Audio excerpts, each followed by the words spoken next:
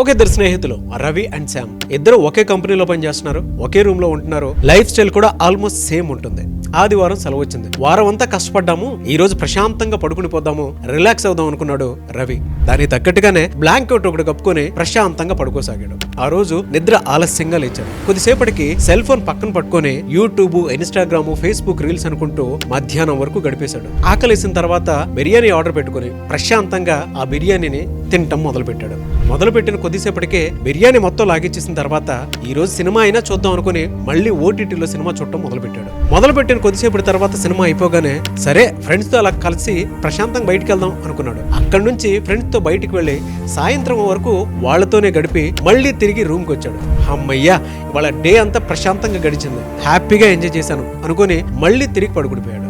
కానీ అదే రూమ్ లో ఉన్నటువంటి శ్యామ్ మాత్రం ఆ విధంగా చేయలేదు. అతను అదే ఆదివారాన్ని పొద్దున్నే 5 గంటలకు లేచి ఒక ఆన్లైన్ కోర్సు జాయిన్ అయ్యి ఆ కోర్సు మధ్యాహ్నం వరకు నేర్చుకుని దాని మీద ఒక టెస్ట్ ఉంటే ఆ టెస్ట్ మధ్యాహ్నం నుంచి ఈవినింగ్ వరకు రాసి పాస్ అయ్యి అక్కడి నుంచి సర్టిఫికేషన్ తీసుకున్నాడు.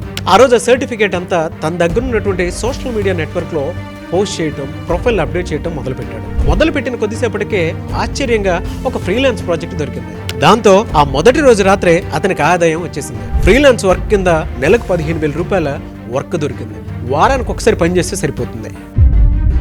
ఎంటైర్ ఇన్సిడెంట్ మనకేం సూచిస్తుంది అని అంటే ఇద్దరు స్నేహితులే, ఒకే రూము, ఒకే కంపెనీ, ఒకే ఆదివారం కూడాను. కానీ డెసిషన్స్ వేరు, ఫలితాలు వేరు. దీని నుంచి మనం అర్థం చేసుకోవాల్సింది ఏదైనా ఉంది అని అంటే జీవితంలో ఆనందం కోసం అంటే ఎంటర్టైన్మెంట్ కోసం సమయాన్ని వృధాను చేయొచ్చు, భవిష్యత్తు కోసం సమయాన్ని పెట్టుబడిగాను పెట్టుకోవచ్చు. ఏదైనా సరే మన చేతుల్లోనే ఉంటుంది. మీరేమంటారు? కింద కామెంట్ బాక్స్ లో పోస్ట్ చేయండి. అండ్ మీ లైఫ్ లో మీ సమయాన్ని పెట్టుబడిగా పెట్టుకునే జీవితంలో డబ్బు సంపాదించాలి అనుకునేటువంటి వాళ్ళు మీరు కూడా కుబేరాలు అవ్వాలి అనుకుంటే కుబేరా బ్యాచ్ 2 క్లాస్ నేను స్టార్ట్ చేయబోతున్నాను.